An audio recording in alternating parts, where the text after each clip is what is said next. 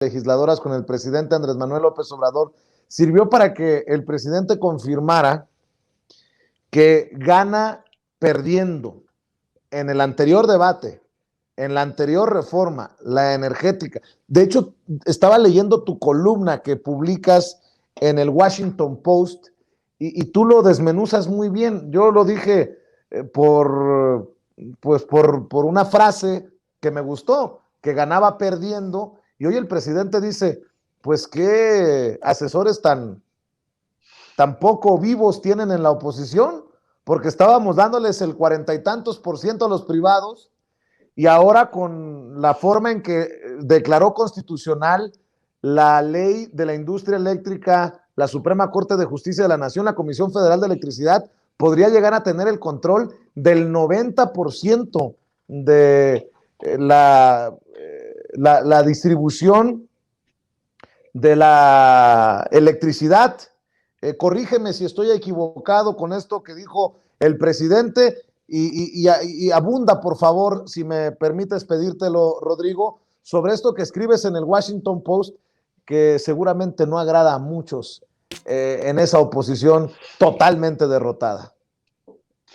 Bueno, yo lo que decía ahí en esa columna es que íbamos por cuatro cosas en la reforma constitucional, ¿no? Que es la transición energética, que era muy importante, cancelar los contratos legados abusivos del régimen pasado, la nacionalización del litio para toda su cadena de valor que pasara ya a manos de la nación, y por último, pues recomponer la CFE en términos de, pues pasarla de ser una de empresa productiva del Estado a un organismo que fuera ya viable y que controlara el sistema eléctrico nacional como tal, ¿no? De todas esas cosas, pues pasaron cosas bien importantes, ¿no?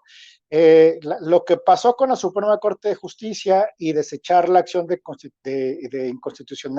inconstitucionalidad, perdón, de desestimarla, lo que ocurre con eso es que CFE, para empezar, y la CRE, pues ya tienen en este momento pues vía libre para empezar a hacer lo que la LIE, que es la ley vigente, y que pues no es inconstitucional, eh, pues les da la oportunidad, primero, pues de revisar todos los contratos de regímenes anteriores, legados, abusivos, de subir las tarifas a las famosas sociedades de autoabasto que pagan 70% menos de lo que debería de pagar un generador normal.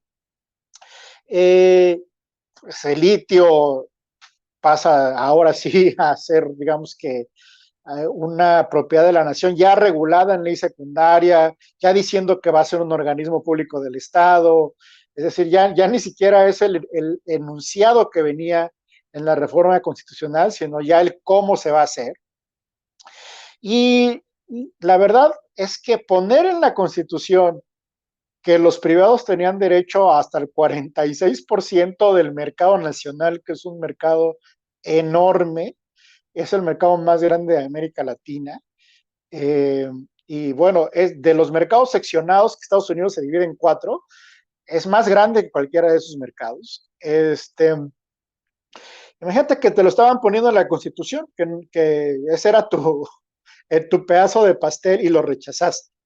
Entonces ahora, con la opción de que la CFE pues ya no tenga que ir a comprar en subastas de energías renovables y gastar más de lo que debía, porque lo que pasaba ahí era algo que pues que hemos contado mucho en muchos espacios, pero que luego no termina de quedar claro. Es decir, la CFE está obligada por ley, por la reforma del 2013, a ir a subastas de largo y mediano plazo. Las de mediano plazo no se hicieron, pero se hicieron 3 subastas de largo plazo. Estas subastas, no creas que es que ya hay generadores con energía ahí disponible para dártela. Estas subastas eran solo para centrales de energías de fuentes renovables. Y ellos ofrecían a cierto costo su electricidad. Tú decías, se hacía ahí un cálculo matemático, lo hacía el SENACE, se ponían diferentes parámetros y decía, bueno, el ganador es esta central. esa central no estaba construida, esa central se tenía que construir y se iba a construir a partir de que se firmaba el contrato de la subasta de largo plazo a 15 años para venta de electricidad a la CFE. Entonces, es decir, se iban a construir estas centrales renovables con el dinero que le iba a pagar CFE, pero tenía una cantidad anual que tenían que entregar de energía a estas centrales. Si estas no tenían una fecha o una hora en específico de cuándo tenían que entregar esta electricidad, entonces, si de repente, porque no había suficiente viento o las centrales fotovoltaicas no producían suficiente por pérdida ya sea de calentamiento, no había demasiado sol o había demasiado sol, porque pueden ocurrir cualquiera de esas dos cosas, y no te entregaban electricidad porque son variables e intermitentes.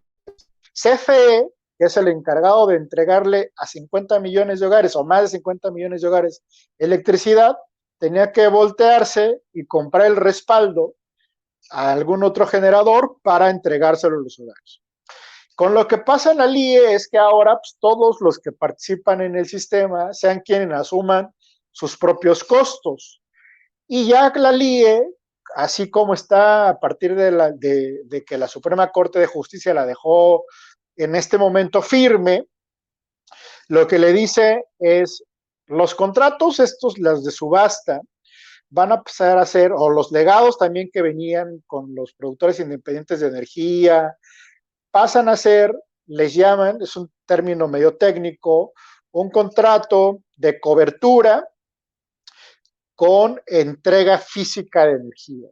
Eso quiere decir que yo hago un contrato contigo para que me entregues en tanto tiempo electricidad, pero además que la entrega física sea en tal tiempo, es decir, en tal día y en tal hora.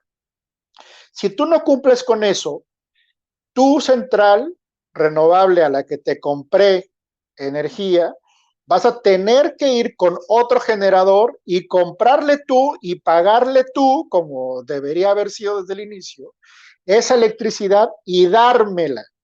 No darme dinero, darme la electricidad para que yo se la pueda entregar a los hogares mexicanos. Eso es importantísimo. Eso es una de las cosas que estaban dañando fuertemente las finanzas de la CFE. Pero además, la CFE en suministro básico, que es esta que entrega a los hogares, solo estaba permitida comprarle ya sea a los legados que venían, decía, a los productores independientes de energía que vienen desde el 92, o según el nuevo régimen de Peña Nieto, en estas subastas de largo plazo. Pero CFE entonces ahora ¿qué puede hacer? Pues puede comprarse a sí mismo. O sea, CFE puede voltear con sus propias centrales de generación y firmar este tipo de contratos de cobertura con entrega física de energía y decir, bueno, pues ahora me voy a integrar por lo menos en esa línea, que es que yo genero, yo transmito la energía, la distribuyo y te la entrego a ti, hogar mexicano. Y eso reduce costos porque ya no hay intermediarios que le vayan subiendo su cachito de ganancia a cada parte de la industria, como sucede en cualquier otra parte, ¿no? Si uno compra quesos o yogur, pues el que tiene la vaca, el que tiene la leche, el que transportó, luego hizo el queso y el que te lo vendió en el abarrote final, pues cada uno se va ganando su pedacito de utilidad, que lo cual está bien, así funciona la economía, pues, ¿no? Pero pues en la energía, si tú puedes estar completamente integrada y puedes generar, transmitir, distribuir y venderle al consumidor final, te abarata los costos y eso está demostrado por gente muy seria en la academia de estas universidades que les gusta mucho a la oposición y a los neoliberales mencionar.